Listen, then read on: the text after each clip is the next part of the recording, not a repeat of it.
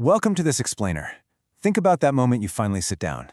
The day is over, the work is done, and literally nobody needs anything from you anymore. But instead of powering down, a new stream of engagement just automatically begins. A screen lights up, a feed gets refreshed, and it's not because something important happened. It's because stillness never actually arrived. You are still on. Modern exhaustion feels fundamentally different from the ordinary fatigue we used to experience in the past. Your body, it knows exactly how to stop moving, but your attention system doesn't. We're basically living in this clinical split right now. On one side, physical movement ends. The schedule just stops. And from the outside, it looks exactly like rest. But internally, your attention just continues. Your participation remains fully active. You've technically stopped working, sure, but a part of your brain is still waiting, still processing, still anticipating that next signal. There is really no shutdown anymore. The modern attention system just doesn't operate in separate phases like it used to. There's no clear transition. There's no definitive exit point. The stream simply changes the form of stimulation, pulling you right from one active state into another.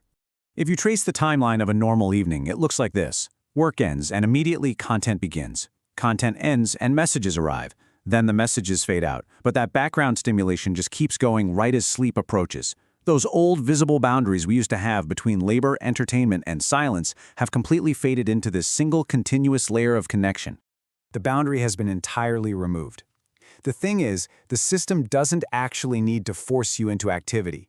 It just maximizes continuity. It makes permanent connection the default environment.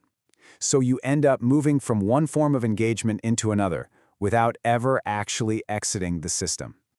True absence has essentially been replaced by false rest, because rest now often arrives through the exact same digital systems and screens that kept your attention active all day long.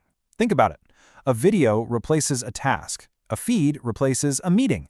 The specific activity changes, but the underlying engagement, that remains. 0. That is the number of moments of complete disengagement most people experience in a given day. And the problem is, recovery actually requires the absence of response. Without these moments of zero input, your nervous system never receives the necessary evidence that your participation has actually ended.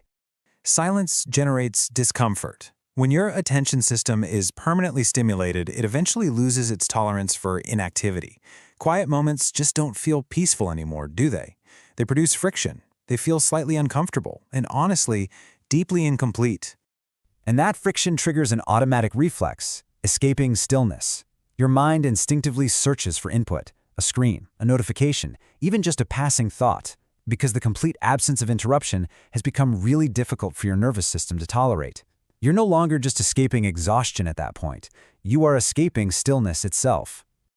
This creates a kind of inescapable cycle of engagement.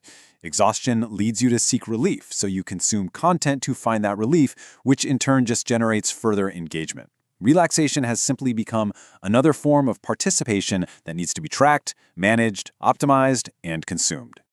Rest is practically a performance now. It's a deep structural irony. Meditation videos, sleep content, focus playlists, all of it remains connected to the exact same attention infrastructure. The recovery process is intrinsically linked to the very environment that created your exhaustion in the first place. So why is this all so hard to recognize? It comes down to a loss of contrast. Genuine stillness is really only recognizable now when it accidentally returns during a rare, uninterrupted moment of true absence. Maybe it's a quiet walk without any input, a conversation with zero interruptions. Suddenly the silence feels heavy, almost unfamiliar. Because of this lost contrast, continuous exposure essentially reduces your awareness. You rarely detect a condition while you're still completely immersed inside of it.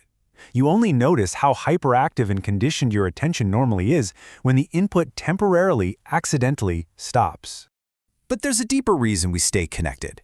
Disconnection now feels inherently unsafe because continuous engagement provides a kind of psychological buffer. Endless input successfully outruns all those unfinished thoughts, the uncertainty, and the unresolved internal states we don't want to sit with. The end result here is delayed recovery.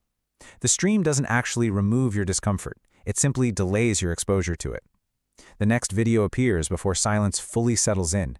The next scroll arrives before reflection even has a chance to form. It's just a quiet loop of avoidance, repeated often enough that it becomes a lifestyle. And so you are never fully off. Exhaustion became our modern culture because partial recovery became the new acceptable standard for feeling okay. People have just stopped expecting real rest. We adapt to fragmented silence and permanent background stimulation. The structural conditions simply disappeared. The system never actually removed your ability to rest. You didn't just forget how to relax, but the conditions required for recovery, the boundaries, the uninterrupted stillness, the true absence of signals, those were entirely removed from our environment. Your body may have stopped, but your attention never fully left. The ideas are human. The narration is digital. Protocol Multiverse explores how it feels when rest stops feeling like rest. Dark Side Protocol explores why recovery never actually starts. Debrief Protocol explores what remains after recognition. Together, they form Protocol Multiverse. Interpretation remains yours.